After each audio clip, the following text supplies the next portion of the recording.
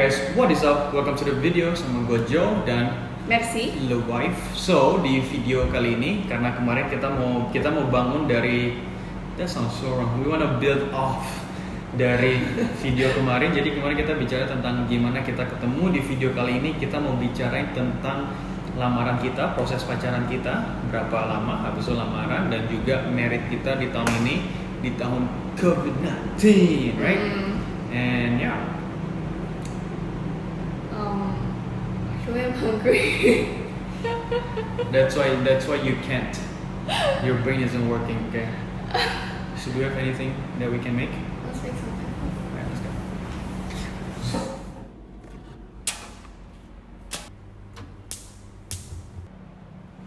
Alright, so Jadi kayak mukbang.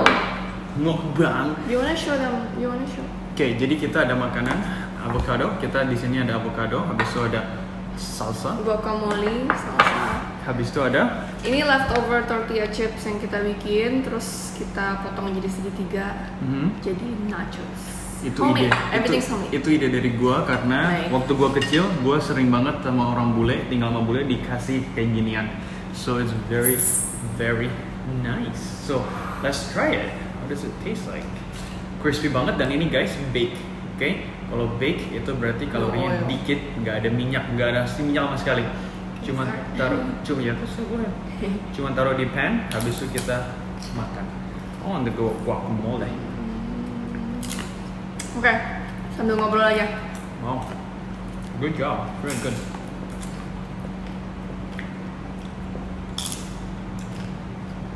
Good. Alright, yang kita sambil ngobrol, kayak kemarin kita bilang, kita pertama ketemu di the festival. Justru kita ketemu, kita rasa cocok. Kayaknya 1-2 bulan habis ketemu, aku langsung tembak kamu kan? Jadi Iya. sebenarnya kita married, kita nggak usah sebutin lah umur kita berapa, tapi menurut dari teman-teman seangkatan kita dan orang-orang dan zaman sekarang juga sebenarnya cukup early ya. Cukup early, cukup muda. Dan bahkan sebenarnya kamu kan anak kedua, tapi kamu juga duluan gitu marriednya.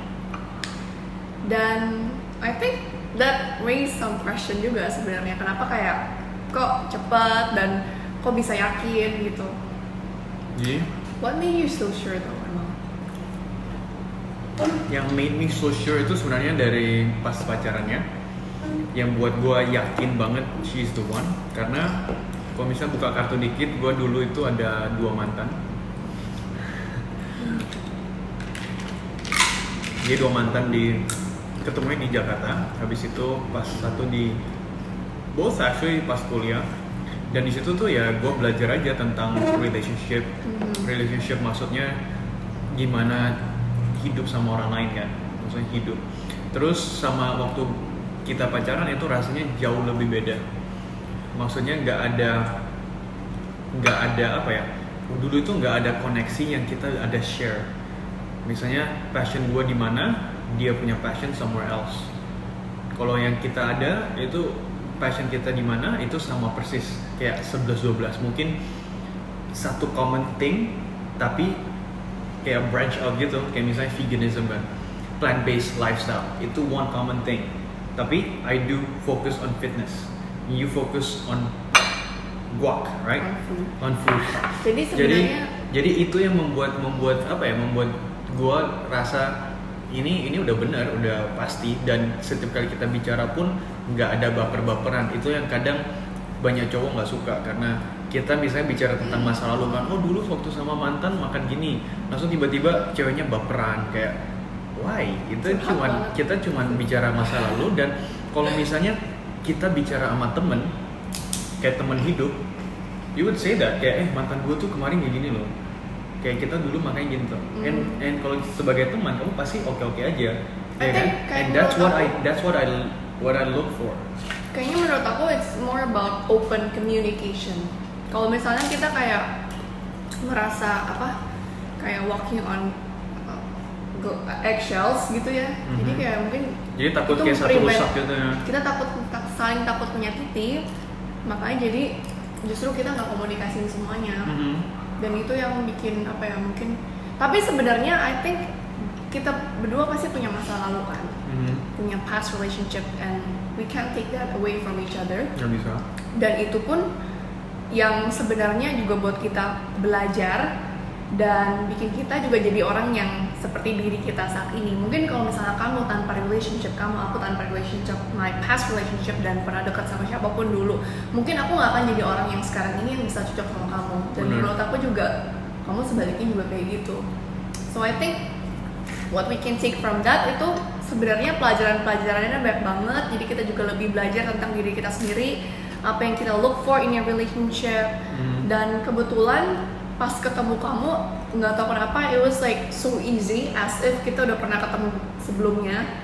Dan nggak tahu, semuanya kayak jalan secara lancar aja. Memang nggak semuanya sama sih, kita berdua tentunya dari keluarga yang berbeda, bahkan agama kita beda, dan pasti banyak faktor-faktor eksternal lain yang sebenarnya juga kurang mendukung. Kayak misalnya aku tinggal di Jakarta, kamu di Jayapura, dan itu kan nanti pasti nikah juga tinggal di mana? Iya, itu kan pasti juga jadi tantangan tersendiri. Dari segi hubungannya juga, itu kan long distance. Habis itu nanti kan kalau misalnya kita harus pindah, salah satu kan harus eventually pindah ke satu tempat untuk jadi bareng. Itu pun sebenarnya tantangan. Tapi dengan kita ini cocok, dengan sifat-sifatnya udah oke, dan we can tolerate each other, jadi makanya we kept going. I think that's what made us so sure. Jadi tuh 17/06/18 itu hari yang we decided to pacaran kan? Jadi itu hari pacaran 18, sekarang udah 20, berarti kita udah pacaran lebih 2 tahun. Gua nembak dia untuk lamar dia 1 tahun 8 bulan lah. Around that time, 1 tahun 8 bulan. Kan bisa di Instagram post yang lamaran itu, pasti kalian tahu yang mana. Oke? Dan ya, yang tadi si Mercy bilang itu benar banget, karena kita harus respect kita punya masa lalu. Oke? Kalau misalnya gue nggak suka mantan dia dan itu kebawa ke relationship kita, itu nggak bakal maju kemana-mana. Karena sekali dia bawa soal mantan dia, pasti gue rasanya, ih kenapa sih bilang ini, baperan kan. Tapi ketika kita bisa respect itu, kita harus paham bahwa karena mantan dia lah dia bisa jadi di posisi sekarang. Karena mantan gue yang dulu gue bisa jadi vegan, itu sebenarnya true story. Really? Jadi itu kamu harus cerita. One minggu. Jadi itu sebenarnya true story kan. Gue jadi vegan itu karena gue baru putus. Karena waktu gue baru putus, pacarannya udah lumayan lama dulu, around 2 tahun pacaran sambil kuliah. Waktu gue putus tuh gue rasa kayak hidup gue itu setengah hilang. Karena you spend most of your time with this one girl, habis itu tiba-tiba this one girl disappear. Karena nggak cocok, ya kamu pasti kehilangan hidup kamu, ya kan? Karena you spend that time every single day with her, tapi sekarang udah nggak. Jadi pas waktu-waktu itulah ya, pas kayak nggak ada temen lagi, nggak lagi di rumah terus, gue mulai buka Netflix, habis itu ketemu tuh yang dokumenter What the Health, and selesai dari situ. Gue jadi vegan dalam waktu 1 tahun, dan karena itu gue bisa ketemu dia. Kalau misalnya gue nggak nonton Netflix, misalnya gue masih pacaran lagi, there's no way I'm gonna meet you. Iya kan? Dulu waktu pas pacaran sering berantem, misalnya sama mantan berantem, tapi ditahan terus, ya lama-lama nggak akan bisa ketemu someone that's supposed to be with you. Bener nggak? Ya. And I think, tapi bukan berarti, menurut aku sih bukan berarti kayak mantannya orangnya salah atau gimana.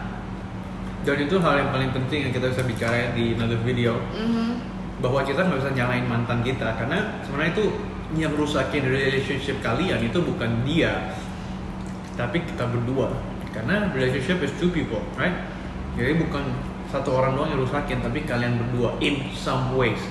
Mungkin waktu kalian putus karena waktu bicara ke teman kalian, dia yang salah, tapi dia bicara ke teman dia, saya yang salah. So it's two people, it's never one person. Just two sides of every story. Bener. Jadi kita sebagai manusia mungkin secara psikologis juga pasti kita akan lebih membenarkan diri dong pas lagi cerita sama orang.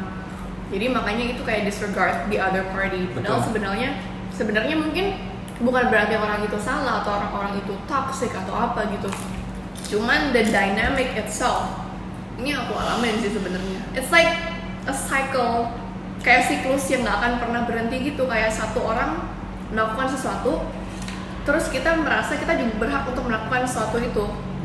Terus akhirnya terus dia juga kesel digituin, aku juga kesel digituin, dan akhirnya itu jadi siklus yang nggak akan berhenti. Yang akhirnya tuh kayak, tapi kalau diomongin malah jadi berantem, terus berantem lagi, dan akhirnya kayak apakah mendingan gak usah ngomong aja nih, kayak dipendem aja, atau kayak udah deh kita ngomongin yang lain aja, atau akhirnya jadi komunikasinya sedikit kayak dipilih-pilih gitu. Tapi kan kalau misalnya kita benar-benar mau sama seseorang kan pengen banget bisa open communication, komunikasi harus terbuka banget karena supaya kita nyaman. Apalagi tuh partner yang akan kita habisin waktu kita paling banyak. Bayangin aja kita sama, say kita hidup 100 tahun, oke nggak usah 100 tahun lah, 70 tahun, 80 tahun lah ya, because we're vegan. Oke, 80 tahun, you got married at 30 misalnya, 30 tahun aja nih, 30 tahun kita sama orang tua kita, tapi 50 tahun kita sama orang itu. Jadi kalau misalnya kita nggak bisa jadi satu tim, nggak bisa jadi kayak partner, nggak bisa treat each other as equal, menurut aku sih kayak itu selain kita juga kita ambil happiness dari orang itu, kita juga bikin diri kita sendiri menderita. Jadi take it as a lesson aja, karena setiap orang yang datang ke kehidupan kita tuh pasti either a lesson atau blessing kan. Jadi kayak I'm grateful that I went through everything, and I'm grateful that kamu udah I don't know, pas kita datang tuh kita ketemu tuh udah kayak udah cocok, dan we learn our lessons, jadi lebih mudah aja untuk kedepannya gimana.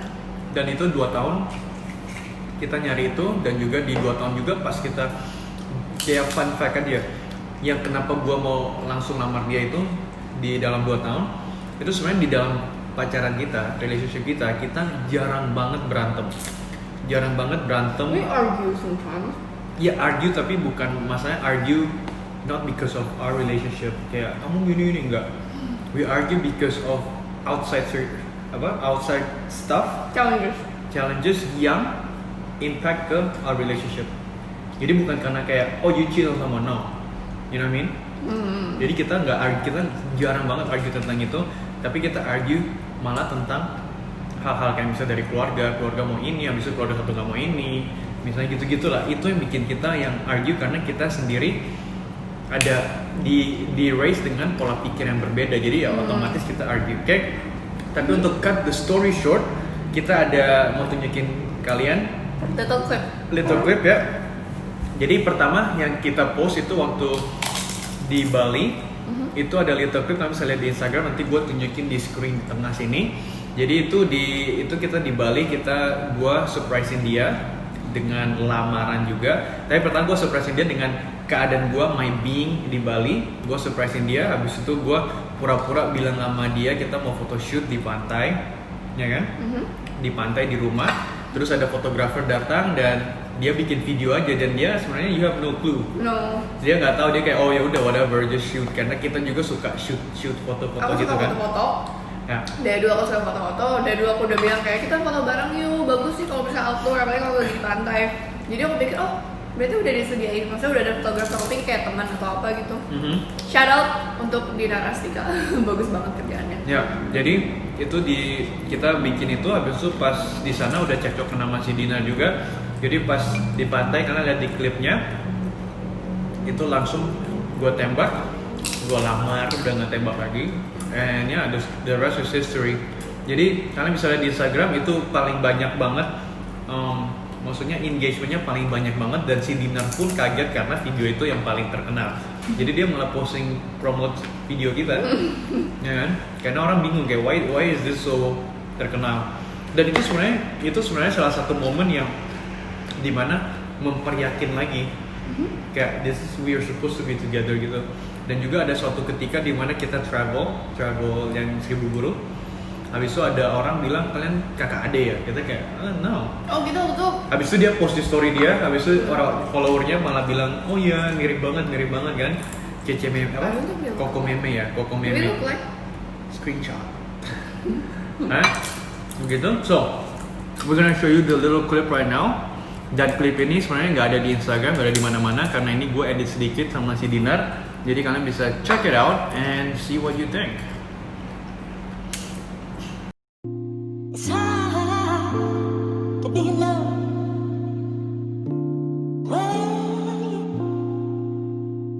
It's hard to be alone.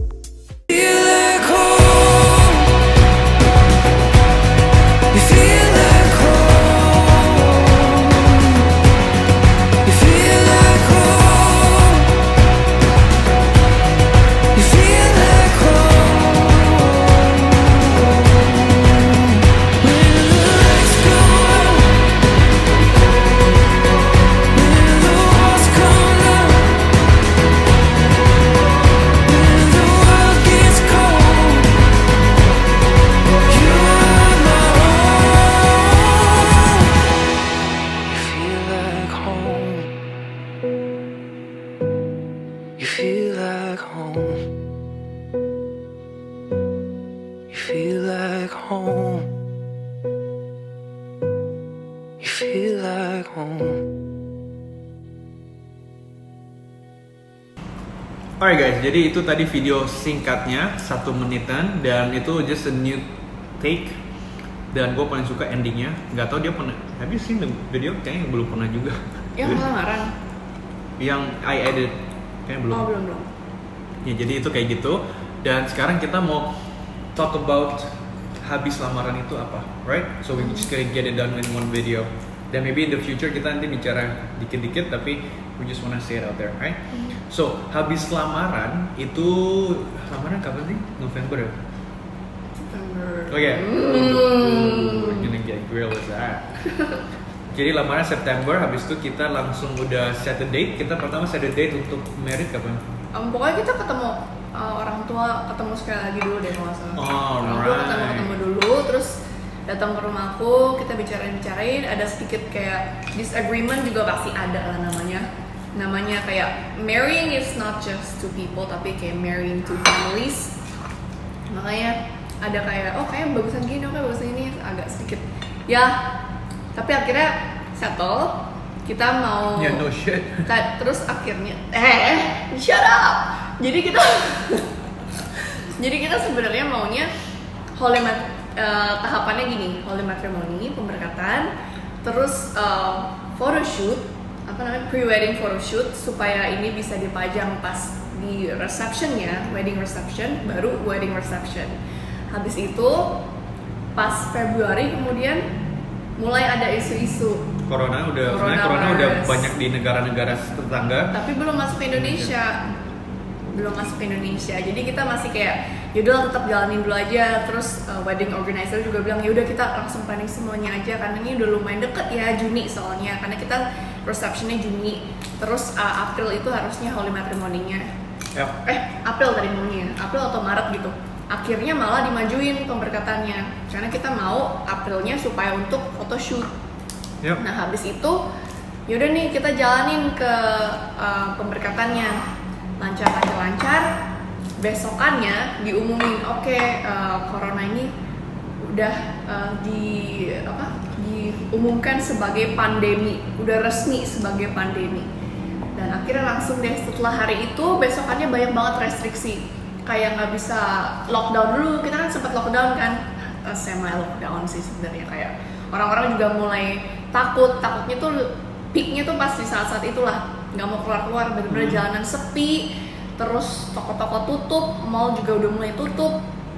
Jadi kita bingung ini gimana ya.